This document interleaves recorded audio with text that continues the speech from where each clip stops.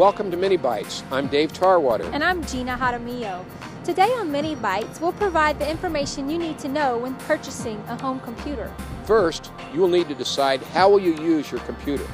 Will you be writing papers, keeping track of your finances, communicating via email, and surfing the web?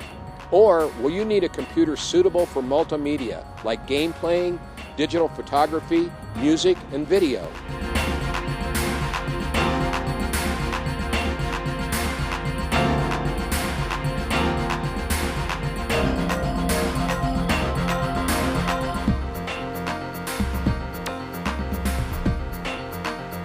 Hi, we're at CompUSA, where Taylor will show us some of the best values in purchasing a home computer. Taylor, it is a bit overwhelming looking at all the computer choices. Sure. What would you suggest for basic things for a computer buyer to look for? Great question. And as far as some of the first things you want to consider, you want to know how much you're ready to spend before you walk into a store like this. With so many choices, it's definitely good to know what your budget is going to be, establish that before you start shopping.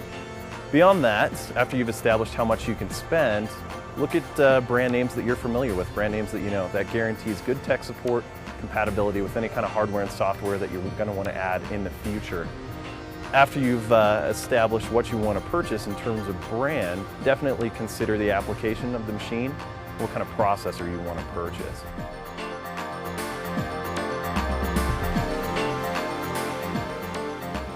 For multimedia applications, something with an Intel Pentium 4 or an AMD Athlon processor is probably the best choice. For basic Office-oriented use, Microsoft Office and that sort of thing, those with an Intel Celeron processor will be just fine. Kind of going along with that, you definitely want to determine how much system memory you want to purchase. Some of the smaller machines come with 256 megabytes of RAM. The better units come with 512 megabytes or more.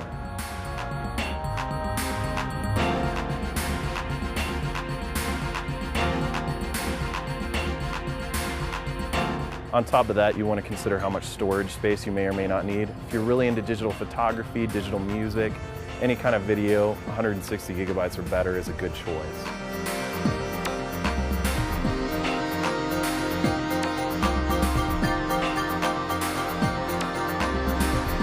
Other than that, you want to consider what kind of optical media you would like the computer to be able to write on. CDRW drives are great, they're standard on just about everything. We're starting to see more and more DVD recorders on the more expensive models. Other considerations, printer, monitor, what kind of other accessories are you going to need? Definitely factor that into your budget and see what you're going to need. And how can consumers get most for their money?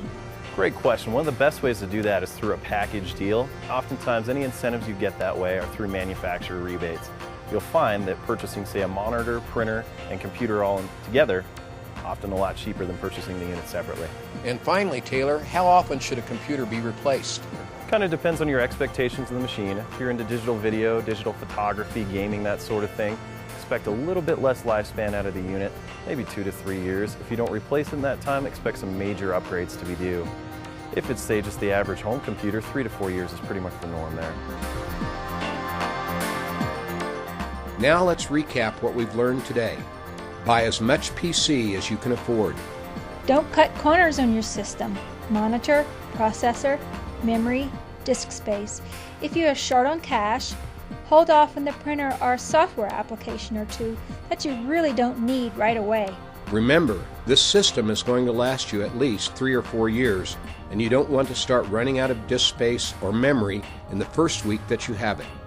And it's probably best to go with a brand name. And finally, buy the computer that's right for your use. Thanks for joining us today on Minibytes, and good luck buying your new computer. We want to hear from you, so send us an email with your technology questions. And next time on Minibytes, we'll discuss where you can buy your home computer. See you then.